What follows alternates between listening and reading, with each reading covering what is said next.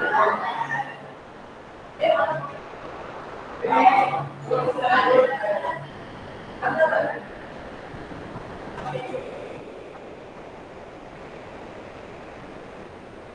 friends.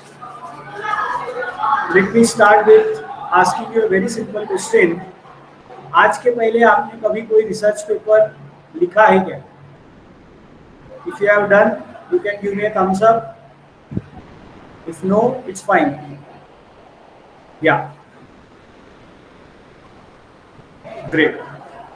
So since none of you have an idea as to what is a research paper, पहले तो मैं आप लोगों को ये बताऊं कि ये रिसर्च पेपर का महत्व क्या है, where it will take you. So research basically is an option which is available to explore the newer things in life. Okay.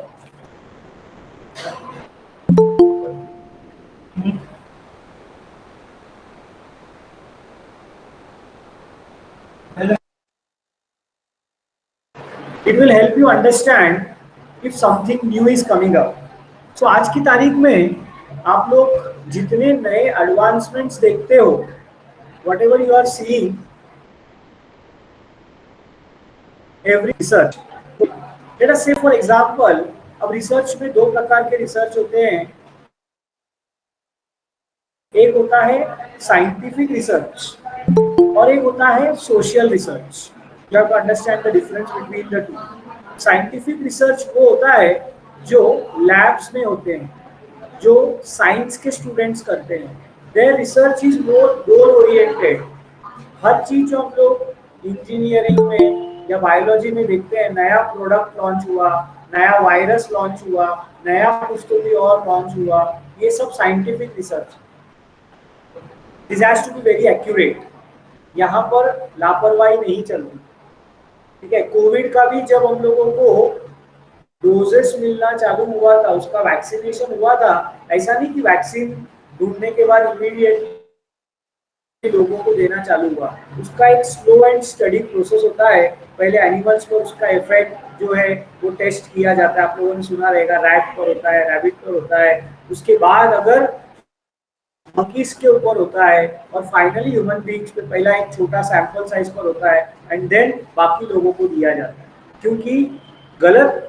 अच्छा, इतना सब होने के बाद भी वैक्सीन लेने कुछ लोग बोल रहे थे कि मेरे को ना आज भी हाथ दुखता है, मेरे को आज भी इसकी वजह से कुछ प्रॉब्लम्स होते हैं, सर दर्द होता है. बहुत सारे लोगों ने बहुत सारा कंप्लेंट किया. The reason is every human body is different. ठीक है. There can not be a generic thing which can happen with that scientific research.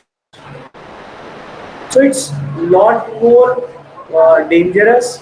It's a very very important part कि आप लोगों को इस बात का ध्यान रखना. बट हम लोग क्योंकि कॉमर्स फील्ड के हैं, हमारा रिसर्च जनरलाइज्ड होता है. इसको बोलते हैं social science research. Now what is social science? We have to understand that in a better manner. आपके सेकेंड ईयर में आप लोगों ने कहीं रिसर्च मेथोडोलॉजी के बारे में पढ़ा होगा, तो you must have heard, you must have understood about this. Social sciences are general science. यानी अगर हम लोग बात करें, let us say for example, Vedanta college is good for commerce is a statement. Now whether this statement is true or false, you have to find out with the help of a research. You may have to ask 1,000 students who are in the neighboring areas. You may have to ask some 500 people in and around the college who may not be a part of the college, but what is their opinion. And based on their opinion, आपको पता चलेगा कि हाँ, या तो Vedanta college अच्छा है या वेदांता कॉलेज अच्छा नहीं. I am sure you are understanding what I am trying to share with all of you. This is social science. इससे किसी का जान माल का नुकसान नहीं. अच्छा हो या बुरा हो, ये लोगों का परसेप्शन है. तो इसको बोलते हैं social science research. Tell me, do you understand the difference between a scientific research and a social science research?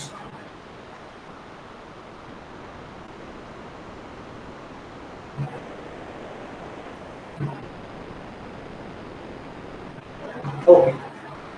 2 जन ने रिस्पॉन्स किया, मैं समझता हूँ कि ये 2 जन बाकी 38 लोगों का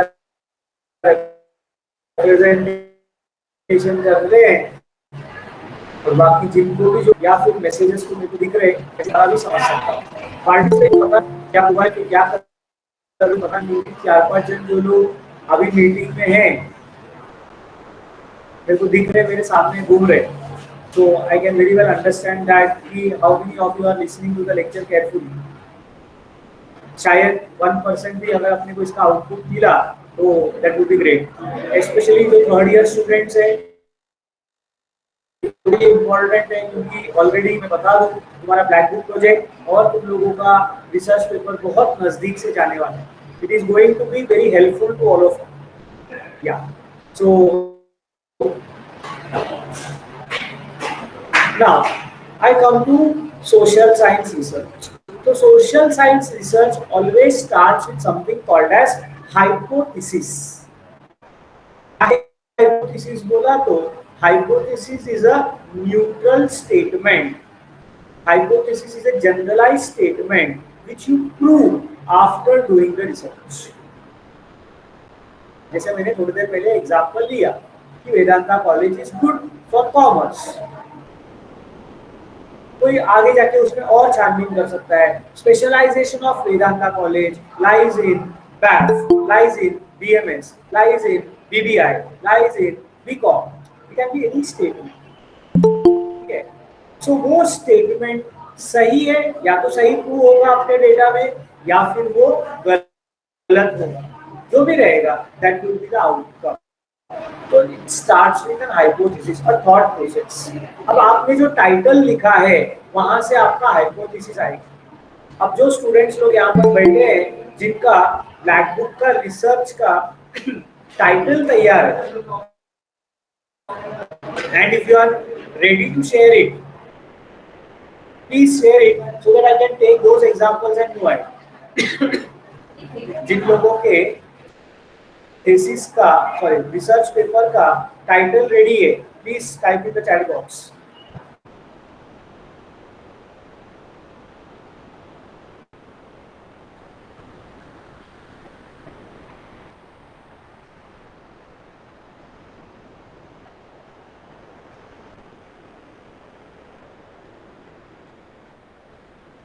Okay, one I get impact of demonetization on tourism sector, product of life insurance. Okay, okay. चल एक दो मिल गए मेरे को. Cash management in India, micro insurance.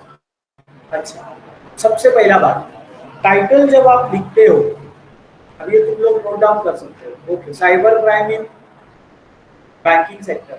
अच्छा ठीक है, चलो मैं रूपा गुप्ता का ये टॉपिक मेरे को अच्छा लगा, मैं इसके ऊपर ही चर्चा करता हूँ. Cyber crime in banking sector. Now this is a crux of the title. This is not the title. So title क्या होगा इसका? A study of. अब ये study of क्या? इसके बारे में स्टडी कर रहे हैं हम लोग. साइबर क्राइम की बात कर रहे हैं इन बैंकिंग सेक्टर. तो हम लोग बोलेंगे a study of customer satisfaction या study of customers perception related to cyber crime in banking sector in Thane district. So क्या क्या आपने वो करना होगा? पहले तो हमेशा हम लोग स्टडी वर्ड को समझेंगे. क्या स्टडी कर रहे हैं? Study of citizens perception. Citizen यानी कॉमन पीपल, परसेप्शन यानी सोच विचार. अभी आप मेरा लेक्चर अटेंड कर रहे हो, you are attending my lecture, you may have a perception about it. कुछ लोगों का परसेप्शन है कि ये आदमी सिखाता है, बोलता है तो अच्छा लगता है, या आदमी बोलता है तो कुछ नॉलेज का बात है, ये उसका परसेप्शन है. कोई बोलता है यार ये बहुत पकाता है, ये उसका परसेप्शन है. कोई बोलता है चल लिंक मिला है तो अटेंड कर लेते, अपने को क्या मिला तो मिला, नहीं तो नहीं मिला, ये उसका परसेप्शन है. परसेप्शन यानी सोच. तो यहाँ पर हम लोग सिटीजन का परसेप्शन लेते हैं. Okay, Nikita has written a better. Okay, study of human resource management in banking sector in Thane district. Perfect. So this is a complete title. Idea you got. अच्छा, किसी ने मेरे को थोड़ी देर पहले मैंने पढ़ा था, इम्पैक्ट शब्द लिखा. इम्पैक्ट शब्द जो है ये आप लिखोगे तो इम्पैक्ट कब मालूम पड़ेगा? इम्पैक्ट यानी असर। तो असर कब मालूम पड़ेगा आपको? तो इम्पैक्ट ऑफ वैक्सीनेशन लिखूंगा तो कब मालूम पड़ेगा? जब आपने वैक्सीनेशन लिया हो। तो वैक्सीनेशन के पहले क्या था, वैक्सीनेशन के बाद क्या है? The impact of demonetisation. तो आपको फिर डीमोनेटाइज के पहले का परिस्थिति और डीमोनेटाइज के बाद का परिस्थिति क्या है, ये जब आप फर्क दिखाओगे उसको इम्पैक्ट बोलेंगे। इसलिए मेरा सजेशन रहता है कभी भी इम्पैक्ट शब्द का उपयोग मत करना, काम ज्यादा होगा। If you have understood what I said, please give me a thumbs up. Impact word use ज्यादा नहीं करने का, बिकॉज इम्पैक्ट में आपको पहले क्या था और बाद में क्या था डालना है। आपको फिर क्या डालना है feature? A study of effect of monetisation, a study of the problems of monetization, the challenges faced by customers due to monetization in Thane district। फर्क समझ रहे हैं? फर्क फर्क समझ रहे हैं आपको? तो टाइटल आप क्या लिखते हो ये बहुत बहुत इम्पोर्टेंट। अब ये टाइटल के बारे में और आगे मैं बातें करूंगा, but let me take you to something more interesting so that you can also pursue what I want to share with all of you।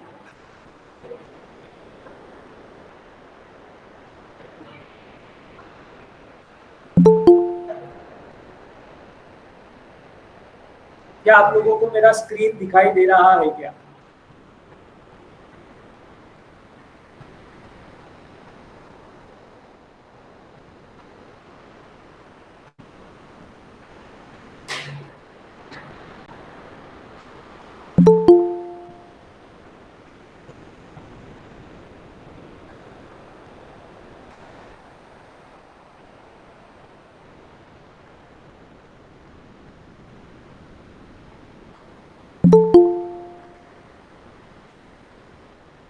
Gangesh में एक और लॉगिन किया है। हाँ, okay. Are you able to see my screen? Okay, thank you.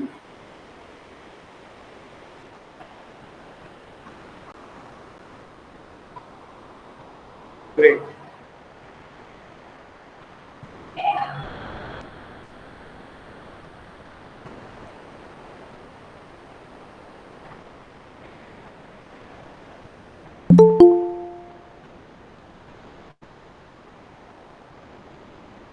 Okay, friends.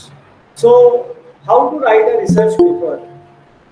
Let me just share with you क्या रहता है research paper में। तो रिसर्च पेपर में सबसे पहला जो रहता है that is called as abstract. Abstract किसको बोलते हैं? कोई बता सकता है मुझे? What is the meaning of the term abstract? Unmute करके बोलो तो I am happy to listen also. What is abstract? Anybody? General meaning? Abstract is basically a summary of the things that you have written in your research paper। अभी आप एक research paper लिखोगे in general, तो let me tell you that it would be around 1500 to 2000 to 3000 words. 1000 words तो आप कम से कम लिखोगे उसमें, क्योंकि अपन अभी जब रेडी डिस्कस करेंगे तो तुमको पता चलेगा। अब किसी के पास इतना वर्ड्स पढ़ने का टाइम नहीं रहता। बहुत सारे स्टूडेंट्स लोगों को मालूम रहेगा कि मैं बहुत सारा रिपोर्ट्स बनाता हूँ। कभी कभी मेरा एनएसएस कैंप गया था तो उसका मैंने 25 पेज का रिपोर्ट बनाया, 25 पेजेस। कितने लोगों ने वो पढ़ा रिपोर्ट? तो हार्डली एक आध दो जन पढ़ा रहेगा, क्योंकि आज लोगों के पास टाइम रहेगा तो इंटरेस्ट नहीं।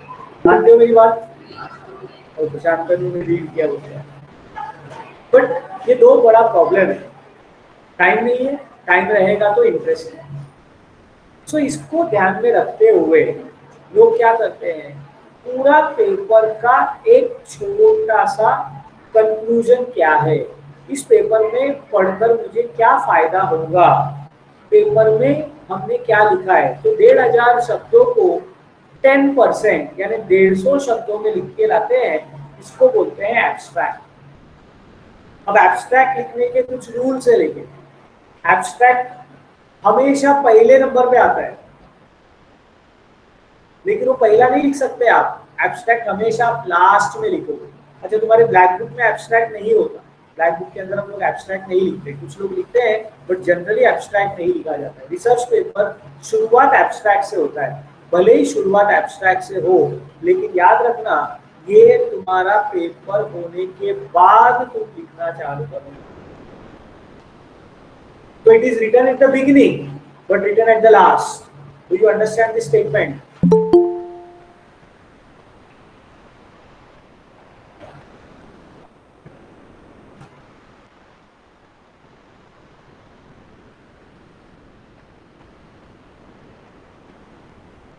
दीप्ति का जवाब आया, बाकी लोग का वेटिंग ना, मेरे को जवाब देते रहोगे तो मुझे पता चलेगा एग्जैक्टली क्या चालू है।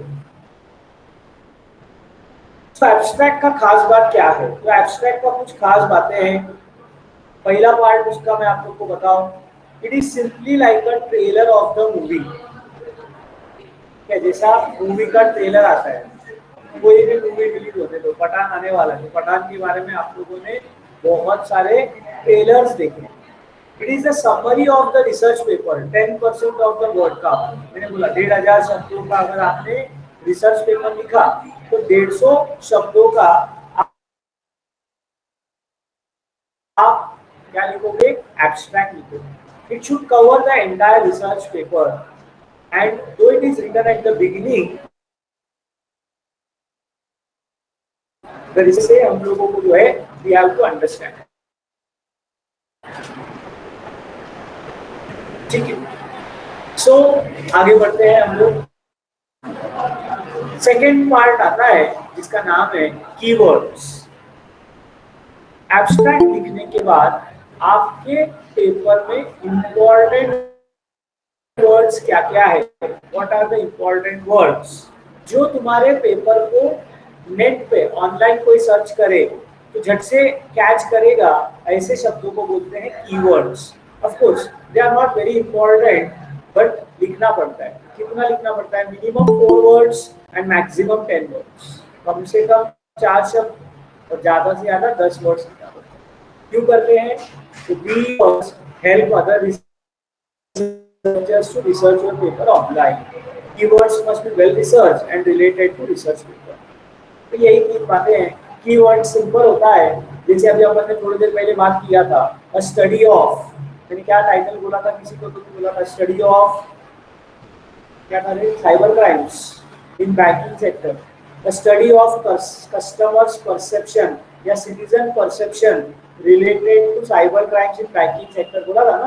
तो इसमें क्या क्या कीवर्ड्स है? साइबर क्राइम, बैंक्स, है ना, इसके अलावा तुम्हारा परसेप्शन, सिटीजन, ये सब क्या हो गए? तुम्हारे कीवर्ड्स हो गए। तो वो वर्ड्स जो तुम्हारे पेपर को हाईलाइट करे उसको हम लोग बोलते हैं keywords.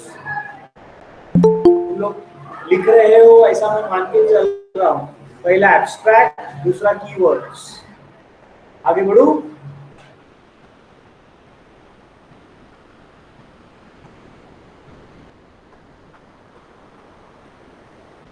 Okay, then we write introduction। क्या लिखते हैं हम लोग? इंट्रोडक्शन लिखते हैं। What is that introduction? कि हमने उस टॉपिक के बारे में, जैसे अभी किसी का हो जाएगा study of citizens perception related to cyber crimes in banking industry, तो we have to tell how the cyber crime is increasing in banking sector, how are people losing their money, what are the things that is happening in today's date, why is it relevant to make a study on this particular topic. That becomes your introduction. It is an overview of the topic. आपका topic क्या है ये उसका overview होता है। ठीक है, इसमें आपको बाकी का बकवास, बैंक लोगों से पैसा लेती है, लोन देती है, ऐसा सब बकवास लिखने का नहीं। आपका टॉपिक क्या था? Cyber crime. तो you have to write about the crimes that you have heard. Newspaper में क्या आया था उसके बारे में, कितने लोगों ने बात किया था, क्योंकि अपन यहाँ पर दूसरों के बारे में बात कर रहे हैं। So you write about secondary data, you talk more about the secondary data कि आपका क्या क्या आपको मिला। It covers the overview of everything as per the title of the paper.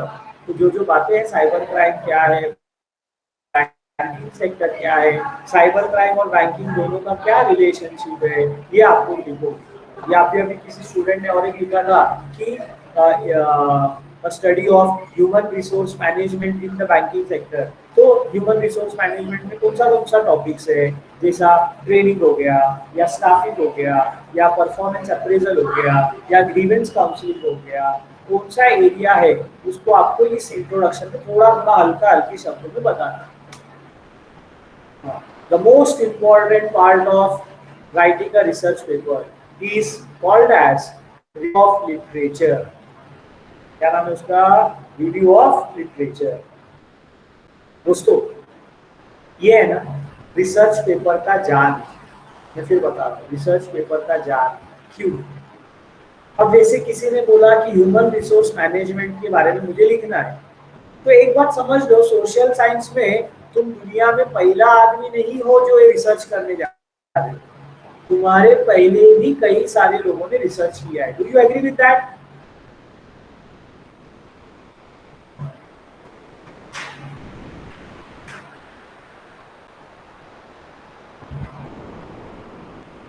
So basic idea is somebody has already done a research. Now social science का सबसे अच्छा बात यही है, मैंने समझो साइबर क्राइम्स इन थाने डिस्ट्रिक्ट फाइंड आउट किया, मेरे को इसका जवाब सब लोगों ने देना क्या?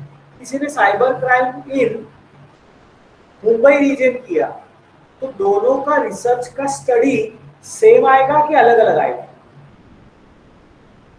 विल इट बी सेम और विल इट बी डिफरेंट?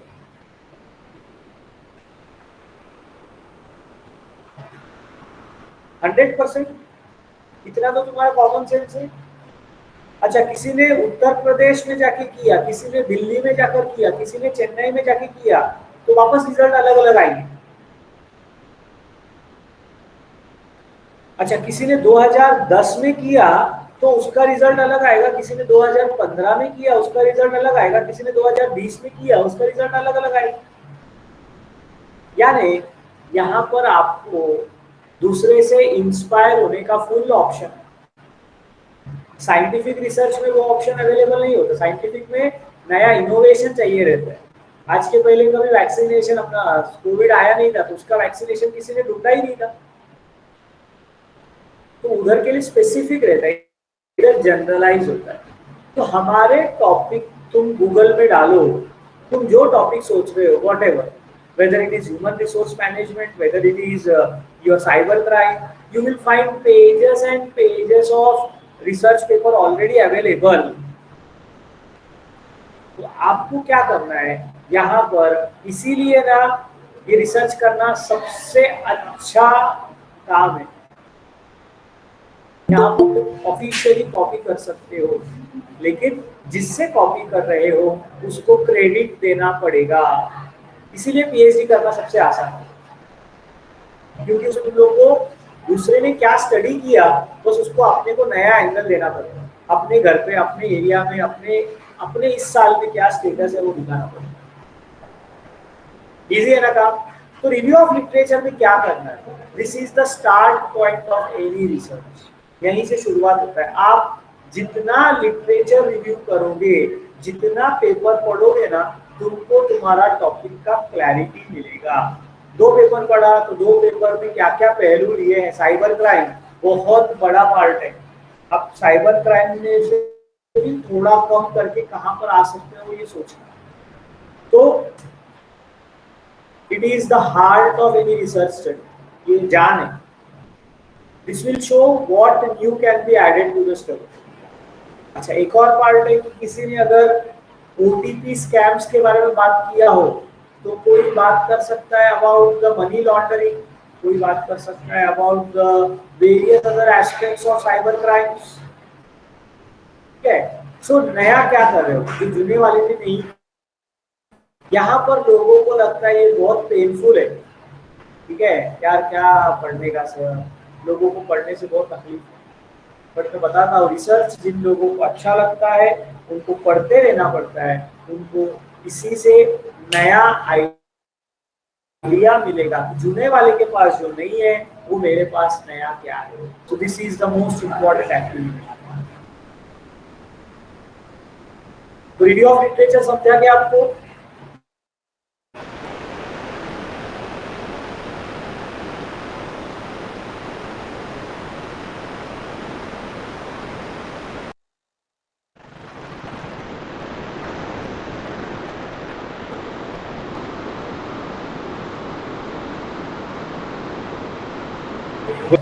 तो तुमको पहला पार्ट, अगर तुम्हारे पास टाइटल तैयार है तो आज क्या काम करोगे बताओ मुझे? What is the work that you will do?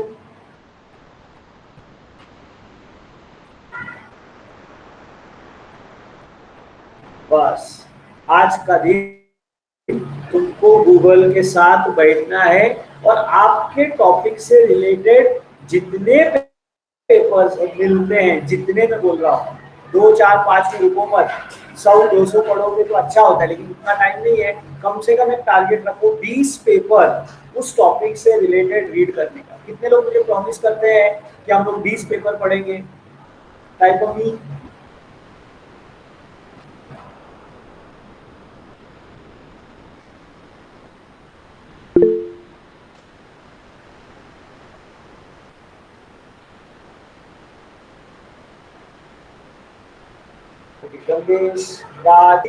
लोग बैठे हैं लेक्चर, कमिटमेंट 3 4 जन का ही है, इसीलिए ये टफ है। लास्ट टाइम में क्या लिखा है देखो, लोगों को लगता है ये बहुत तकलीफ वाला काम है, बट सीखना है तो करना है। अरे बाकी लोग सच्ची में सीरियसली नहीं करने वाले हैं।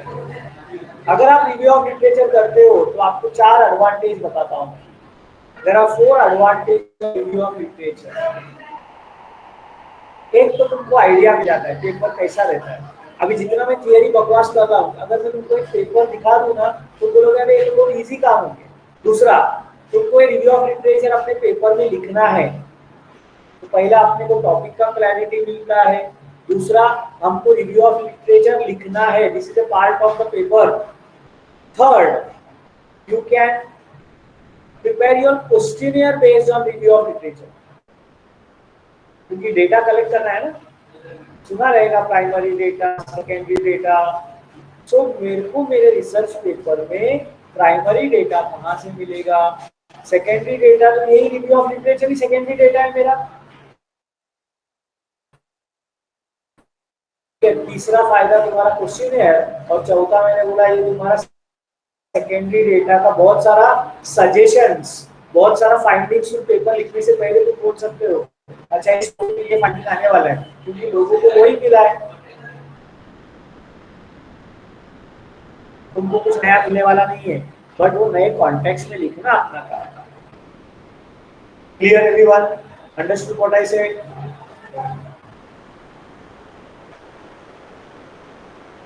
तो ये तुम्हारा स्टार्ट पॉइंट है, याद रखो। अब आते हैं हम लोग फिर टॉपिक से लेने के ऑब्जेक्टिव्स क्या है। तो टॉपिक देखोगे तो आपको अपना ऑब्जेक्टिव्स मालूम पड़ जाएगा। जैसे किसी का था to study citizens perception about cyber crimes in banking sector, तो इसमें ऑब्जेक्टिव क्या आएगा? नंबर 1 ऑब्जेक्टिव आएगा to know about the various cyber crimes, पहला साइबर क्राइम के बारे में ऑब्जेक्टिव। दूसरा, टू अंडरस्टैंड the customers या citizens perception relating to cyber crime। Objective paper के लिए 2 3 बस होते, ठीक है। सो डिफाइन द ऑब्जेक्टिव्स, पहले क्या चाहिए अपने को। अभी अभी मैंने जैसा साइबर क्राइम का बोला, वैसा इसका ह्यूमन रिसोर्स मैनेजमेंट था, वो क्या आएगा? To know the to study the human resource management in depth. Second, to know the customer satisfaction, to know the effect of human resource management in banking sector। तो जो title है ना, देखो title इसलिए इम्पोर्टेंट है, fail करना पूरा से कुछ ऑब्जेक्ट मिल जाएगा और कुछ in alignment with the title. अभी मैंने एक ही बात बताया, टाइटल से ही ऑब्जेक्टिव लिखा और लास्ट में आपने ऑब्जेक्टिव सब पूरा फुलफिल किया, ये आपको समझ में आया। So researcher must ensure that objectives are achieved. So I hope that you are understanding कि क्या क्या पार्ट्स हम लोग डिस्कस कर रहे हैं. क्या क्या हो गया पहले. पहला पॉइंट था एब्स्ट्रैक्ट, दूसरा था कीवर्ड, फिर आया इंट्रोडक्शन, फिर आया रिव्यू ऑफ लिटरेचर, अब आया ऑब्जेक्टिव्स. मैं आपको क्या करता हूँ अभी, एक पेपर दिखाता हूँ सो दैट तुम लोगों को ये सब चीज हो रहा है क्या ये साथ में दिखेगा. ठीक है. Let me just share with you one of my paper.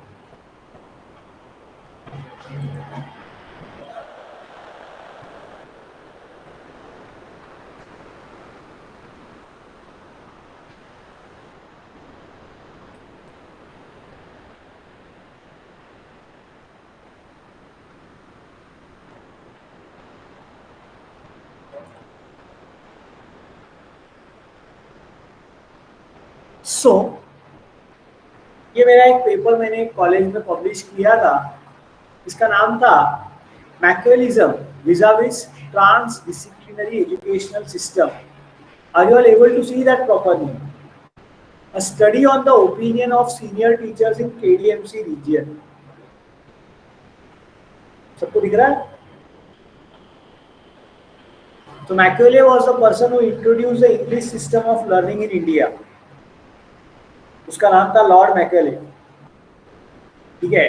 तो मैंने जूना जमाने का पढ़ाई और आज के जमाने का एनईपी के आने की वजह से क्या फर्क है ये बता रहा हूँ. देखो पहला इंट्रोडक्शन एब्स्ट्रैक्ट दिख रहा है. एब्स्ट्रैक्ट में start उधर से. This paper to primary and secondary studies the opinion of senior teachers regarding shift from Macaullism to transdisciplinary education.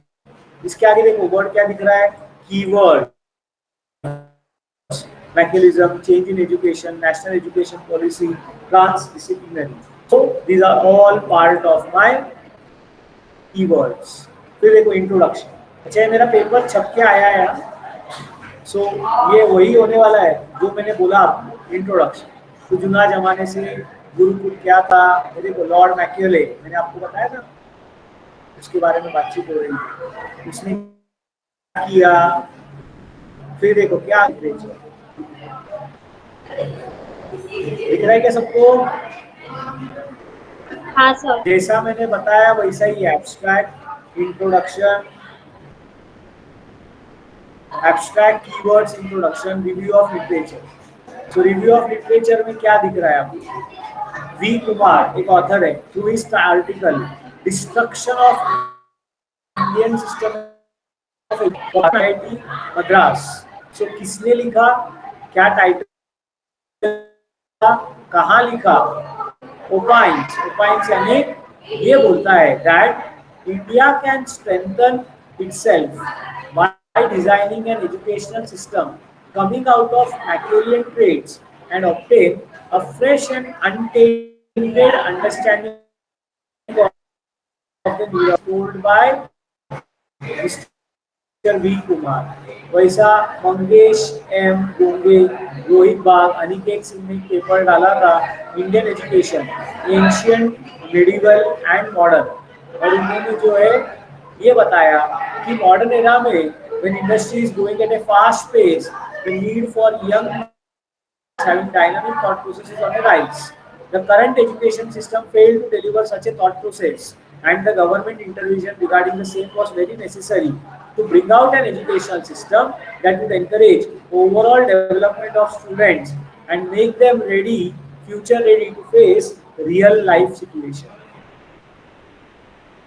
ऐसे 4 जन का मैंने रिव्यू लिखा. अब देखो ऑब्जेक्टिव्स क्या है स्टडी का. सो ऑब्जेक्टिव्स में मैंने लिखा है to understand the Macaulayism system, to understand new policy system, to analyse the opinion of senior teachers. ये किधर से आया मेरा टाइटल देखो,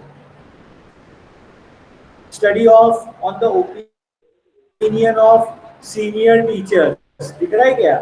सो उधर से मेरा ऑब्जेक्टिव आया to study an opinion of senior teachers on NEP and their opinion on the change in educational system to transition. So 2-3 लिखेगा तो भी चलेगा. कंफर्टेबल है यहाँ तक?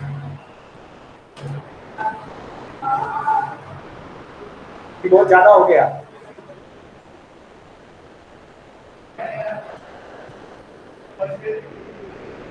तो अब इतना होने के बाद एक बार आपको ऑब्जेक्टिव समझ गया, आप बोलो जैसे कुछ बोलना है।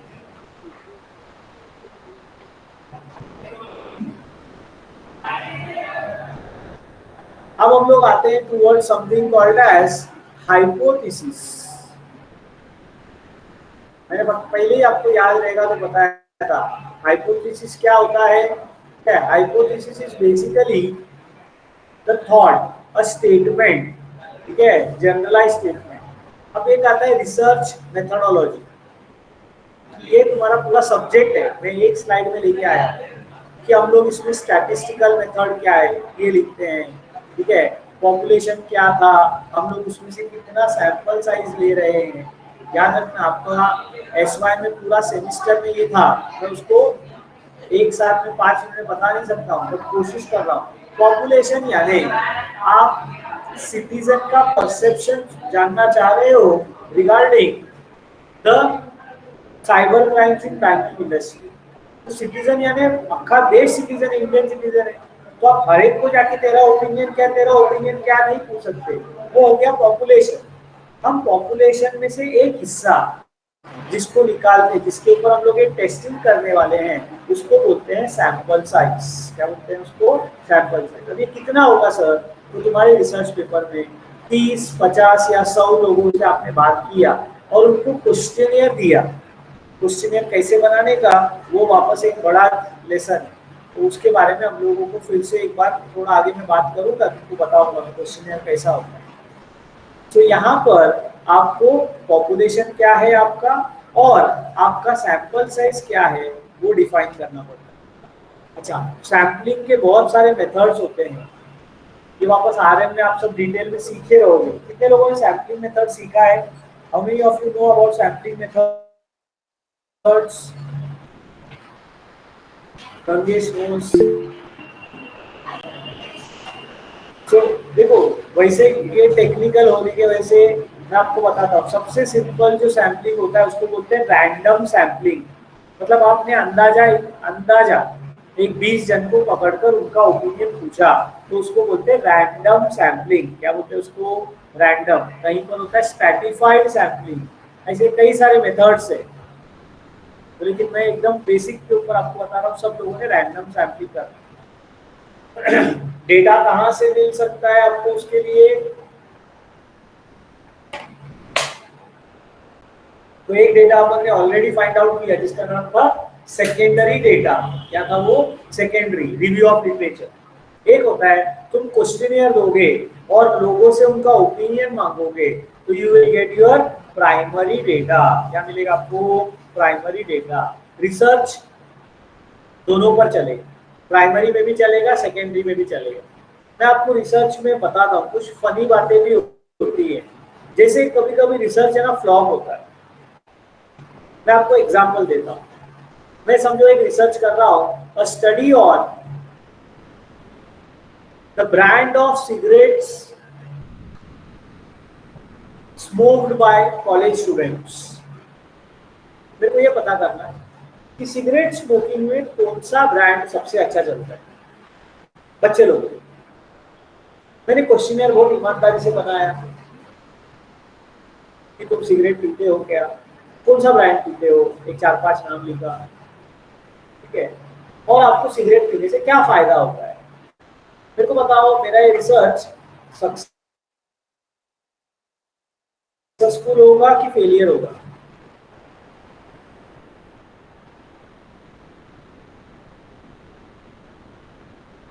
लोग अपना ब्रांड नेम, स्टूडेंट्स लोग अपना ब्रांड नेम बताएंगे क्या?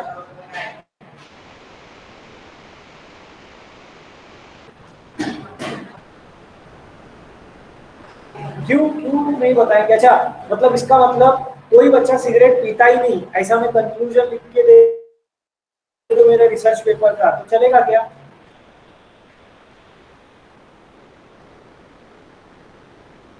अब दो बातें अपने को मालूम है, बच्चे लोग सिगरेट पीते हैं। हमने ईमानदारी से ट्राई भी किया, लोगों को पूछा भी भाई सिगरेट पीते हो क्या? 100% जवाब आएगा नो। पहले ही सवाल में तुम्हारा रिसर्च खत्म।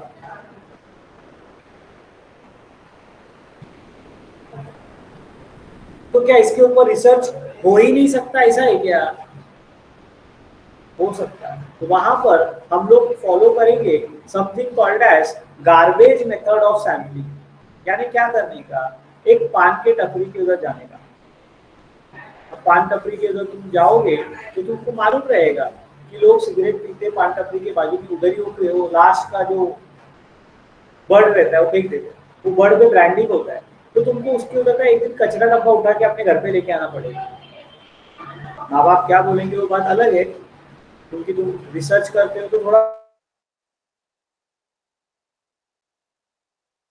पागलपन करना पड़ेगा, तुमको पता चलेगा कि कौन सा ब्रांड ज्यादा चलता है। मैं क्या बोलना चाह रहा हूँ, क्या आप तक पहुंच रहा है क्या? तो सवाल क्या पूछते हो आप अपने क्वेश्चन में, ये बहुत महत्वपूर्ण है। अभी मैं आपको एक और फेलियर का एग्जांपल बताता हूँ। एक टीचर ने रिसर्च पेपर के लिए टॉपिक चूज किया था कि attendance of students in college, study on attendance of students in college. अब उन्होंने क्वेश्चन डाला था, do you attend all lectures in the college? पहले लिखा था are lectures conducted in your college regularly, do you go to the college regularly, do you attend all the lectures? क्या लगता है क्या आया रहेगा आपको उधर?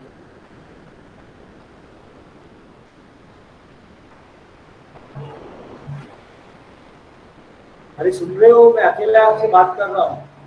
अच्छा, राज बोलते हैं यस।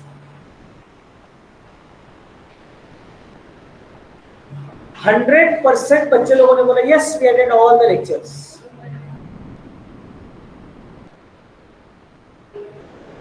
अब किसको रिसर्च कौन कर रहा है? टीचर कर रहा है। ठीक है, पूछ रहा है बच्चे लोगों से, तो कौन सा बच्चा बोलेगा नहीं मैं लेक्चर नहीं अटेंड करता?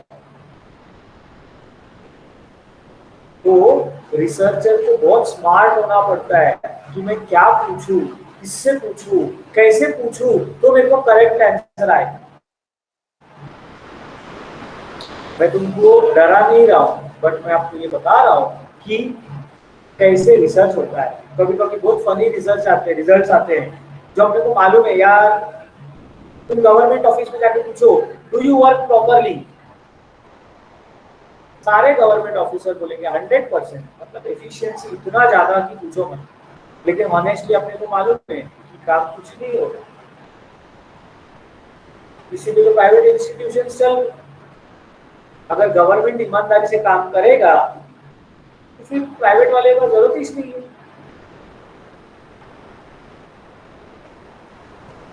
So friends, questionnaire is going to play a very vital role. Unfortunately मेरे पास उतना ज्यादा टाइम नहीं कि मैं तुमको उसके लिए दे सकूं, we are already running late. तो क्वेश्चनियर देकर हम लोग डेटा जो कलेक्ट करेंगे that is called as primary data. तुम लोगों ने अभी सब लोगों ने देखो, शायद यश सर और नीतू मैडम ने हर बैच में क्वेश्चनियर का एक सैंपल भेजा है। कितने लोगों ने भरा हो जरा मेरे को यहाँ पर बताओ तो। 32 लोग हैं यहाँ पर। कितने लोगों ने भरा है? टाइप ऑफ ई मंगेश ने भरा है एक।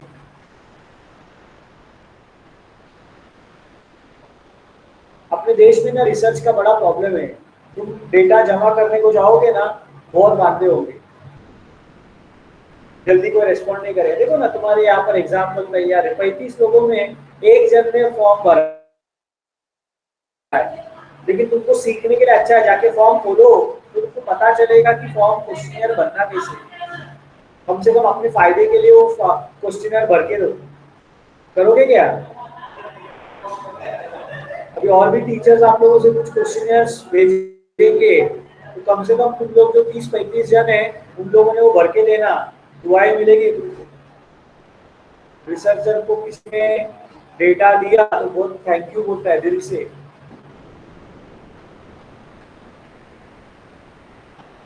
सुन भी रहे हो क्या मेरी बात?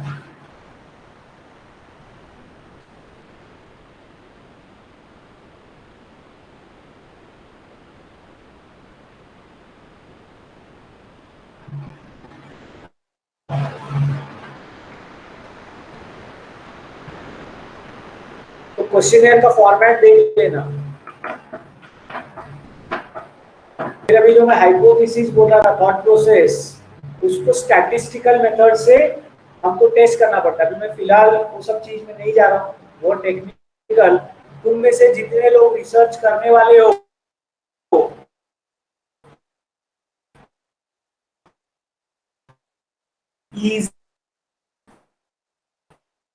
ऐसा डेटा रखकर तुम अगर साइबर क्राइम्स, तो जितनी न्यूज़पेपर कटिंग है यहाँ पर इतना चोरी हो गया, इतना ओटीपी का लफड़ा हुआ, ऐसे सैंपल सेकेंडरी डेटा जमा करो तो इट इज मोर इजी। कारण तुम क्वेश्चनियर पहले बनाने को सीखोगे, उसमें टाइम जाएगा।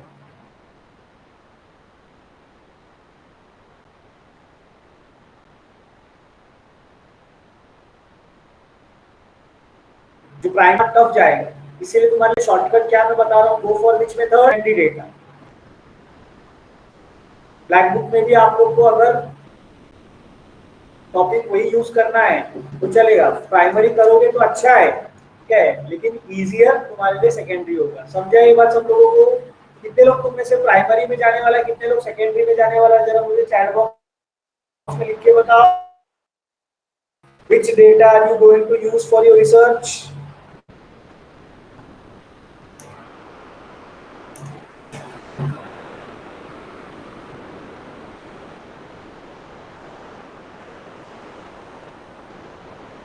Whether it will be primary or whether it will be secondary, क्या सोचे?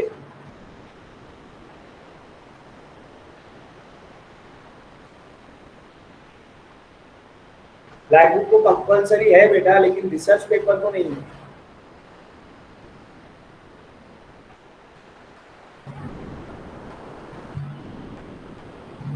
इधर थोड़ा शॉर्टकट अप्लाई कर सकते हैं अपन।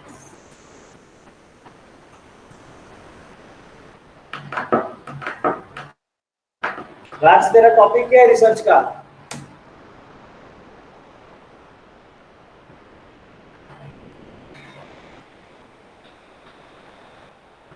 ठीक है, अगला हेडिंग जो आता है वो आता है that is called as limitations of the study. Limitation, देखो रिसर्च मेथोडोलॉजी।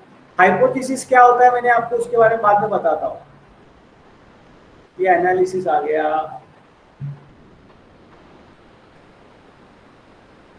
एक हम लोग लिखते हैं लिमिटेशंस। लिमिटेशंस का मतलब क्या होता है कि मेरे रिसर्च पेपर में क्या क्या कमियां है, that is called as limitation.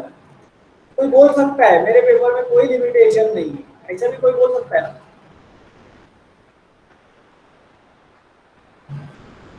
कि I have no limitations in my study? ऐसा कितने लोग को लगता है कि तुम जो स्टडी करोगे एकदम फुल प्रूफ होगा? मैं जो करता हूँ एकदम 100%।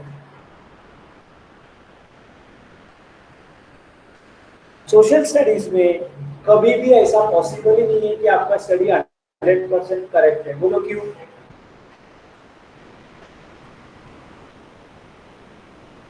जल्दी बोलो फटाफट।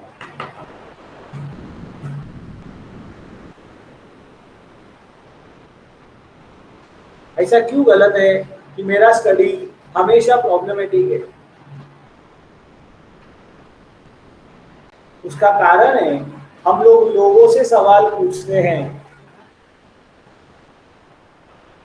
फॉर एग्जाम्पल, मैंने मेरा स्टडी में पूछा आपको कौन सा कलर पसंद है, what is your favourite colour? मेरे को एक्स ने बोला कि मेरे को येलो कलर पसंद है। 15 मिनट के बाद गंगेश ने जाके वही एक्स को पूछा फेवरेट कलर क्या है, वो बोला मेरा रेड कलर फेवरेट है। बोलो उसने पहले सच बोला कि बाद में सच बोला?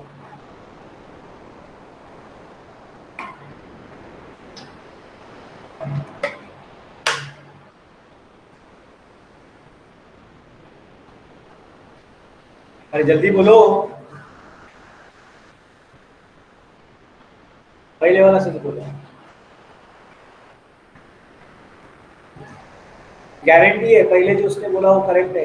तीसरा, घर पे मम्मी ने पूछा कौन सा कलर का कपड़ा लाके दूं, वो which is your favourite colour, birthday आ रहा है तेरा, वो बोलता है पिंक कलर।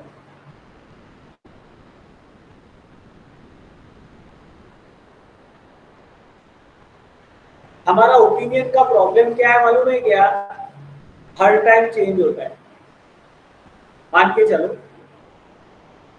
कि तुम एक पॉलिटिकल रिसर्च कर रहे हो और लोगों को जाके पूछते हो बीजेपी पसंद है क्या? हो सकता है बीजेपी का कट्टर भक्त हो, तो बोलेगा हाँ मेरे को, मैं बीजेपी के लिए जान लड़ा दूंगा। तो फिर उसको अगले पल, एक दो दिन के बाद, मोदी जी आके अनाउंस करते हैं टीवी में कि पैसा सब हम लोग विड्रॉ करें, 500 और 1000 रुपए का नोट विड्रॉ करें, डीमोनेटाइजेशन कर रहे हैं। वही आदमी जिसने बोला कि मैं समर्थन करता हूँ, तो बोलेगा यार वाट लगा दिया मेरा, एकदम थर्ड क्लास सरकार। ऐसे सरकार को मैंने एग्जाम्पल समझाने के लिए बताया, हर चीज में अपना ओपिनियन बदलता है। तुम्हारा मूड चेंज होता है वैसा तुम्हारा ओपिनियन चेंज होता है। मानते हो क्या मेरी बात को? आई एम टेलिंग एनीथिंग लाइस?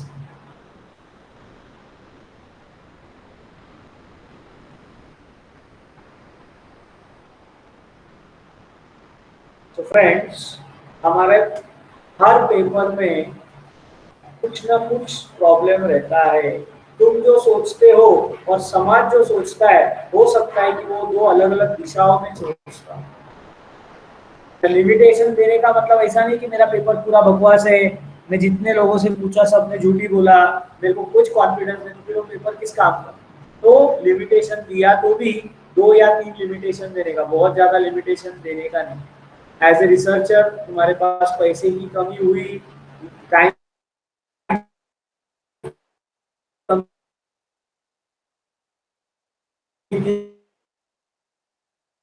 तो लोगों से ही मिल पाया।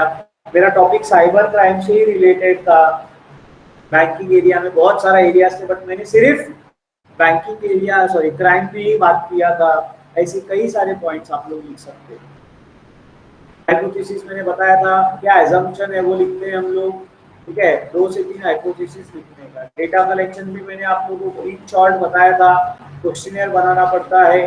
ठीक है, प्राइमरी डेटा क्वेश्चनियर से मिलता है, क्वेश्चनियर का आंसर्स बरोबर रहेगा तो ही एनालिसिस बरोबर आएगा। एनालिसिस कैसे करने का, तो मैं इसके बारे में अभी फिलहाल तुम लोगों को ज्यादा नहीं बता रहा। तुम लोग पाई डायग्राम बना सकते हो। क्या बना सकते हो? पाई डायग्राम सिंपल रहता है। या बार डायग्राम कि हमारे पास इतने मेल थे, इतने फीमेल थे, मेल लोगों का ये मानना था, फीमेल लोगों का वो मानना था। हम लोग जब क्वालिटी रिसर्च पेपर बनाते हैं हायर लेवल पर, तो वो टाइम पर हम लोग जो है बहुत सारे स्टैटिस्टिकल टूल्स, जैसे आप लोगों ने सुना होगा कभी कोरिलेशन, रिग्रेशन, या फिर तुम लोगों का कोएफिशिएंट ऑफ वेरिएशन, एनोवा, ये सारा चीज हम लोग यूज करते हैं। ठीक है, तो हम लोग इसको तुम्हारे लेवल पर बेसिक मीन, मीडियन, मोड आपने याद किया रहेगा। Pie diagram yes no questionnaire में आप निकाल दो, तुम्हारे लेवल पर उतना काम चल जाएगा, क्योंकि डेटा एनालिसिस के लिए पैसा लगता है। तो मैंने आपको एग्जांपल जैसे बताया था, देखो यहाँ पर मेरा ये पेपर में ये हाइपोथेसिस हो गया बेस्ड ऑन जेंडर। आपके क्वेश्चनर में रहेगा ना gender, male female, based on age कि इतना एज का इतना, उतना एज का उतना, वो रहता है बेस्ड ऑन जोग्राफिकल एरिया। ठीक है, अर्बन रूरल, उसके हिसाब से। तो 3 महीने फैक्टर्स लिए से आप ऐसे कुछ फैक्टर्स डिसाइड कर सकते हो और उसके हिसाब से तुम्हारा हाइपोथेसिस बना सकते हो। रिसर्च में देखो ये analysis of data, gender bifurcation, कितने मेल थे कितने फीमेल थे, मैंने सिर्फ 40 to 50 और अबव 50 एज लिया था, और एरिया ऑफ रेसिडेंस अर्बन और रूरल लिया था। फिर हमने जो किया था something called as normality test, then उसके हिसाब से हम लोगों ने बहुत सारा किया होगा। ओके, फिर आता है findings of the study. Findings बहुत सिंपल है कि हमारी स्टडी में 39% फीमेल थे और 61% मेल थे, 54% 40 से 50 के थे, 46% अबव 50 ईयर्स के थे। So this is very easy, जो आपको डेटा में मिलता है, जितना क्वेश्चनियर भरोगे उतना। 64% बिलोंग्स टू अर्बन, 36, इतना भी आपने लिख दिया तो बस हो गया। अब ये मेरा हाइपोथेसिस का रिजल्ट है, तो आप लोग नहीं लिखोगे। और सजेशंस, आपको उस पेपर के थ्रू क्या बोलना है, कि जैसे साइबर क्राइम बढ़ रहा है, तो साइबर क्राइम के बारे में अवेयरनेस बढ़ना चाहिए। अलग अलग प्रकार के साइबर क्राइम क्या है, आरबीआई अपनी तरफ से बहुत कदम उठा रहा है, लेकिन फिर भी लास्ट आदमी तक नहीं पहुंच रहा है। तो ये सब आप लोग को उनको और लोगों को इसके बारे में जानकारी देना चाहिए। कॉलेजेस में बच्चे लोगों को अवेयरनेस क्रिएट करना चाहिए, बहुत सारे अवेयरनेस प्रोग्राम होने चाहिए। मालूम होने के बाद अननेसेसरी कोई भी ओटीपी किसी के साथ शेयर नहीं करना चाहिए, किसी को भी अपना पासवर्ड सीवीवी नंबर देना नहीं चाहिए। ये तुम्हारा सजेशन होगा। And based on it conclusion कि मेरे को क्या लगता है कि आज की तारीख में चोर बढ़ गए हैं, साइबर क्राइम बढ़ रहा है, तो जिनको बहुत ज़्यादा ऑनलाइन के बारे में पता नहीं होगा, उन लोगों ने ऑनलाइन के बारे में पता करना ज़रूरी है। ठीक है, जितना ज़्यादा तुम ऑनलाइन के बारे में पता करोगे उतना अच्छा रहेगा। तो शॉर्ट एंड स्वीट खत्म कर देना है, और that is all about your research paper. So anything that you would like to know, you would like to ask, please let me know. I know it's already late, सवा एक हो गया है, बट फिर भी किसी को कुछ पूछना है तो आप पूछ सकते हो।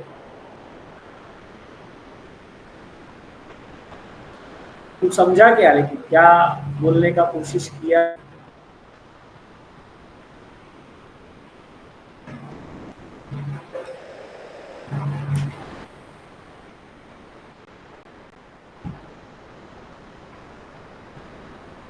कुछ समझा कि नहीं समझा? सब लोग अपने आप लेफ्ट कर रहे हो, बोर हो गए लगता है।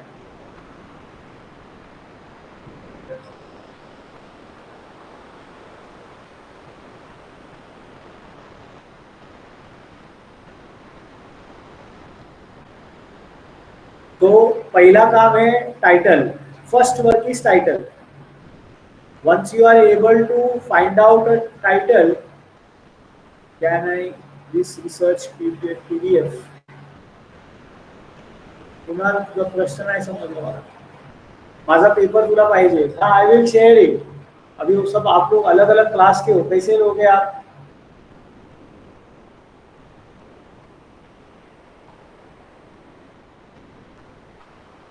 मैं दूंगा, मेरे पास उसका पेपर पड़ा है।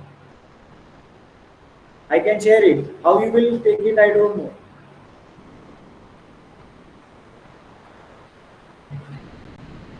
Anybody having any doubts?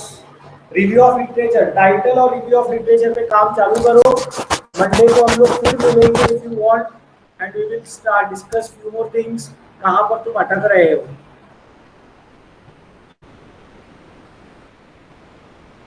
Okay,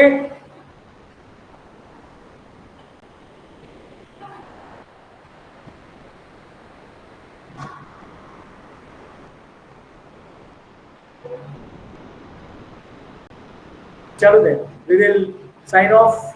thank you all of you.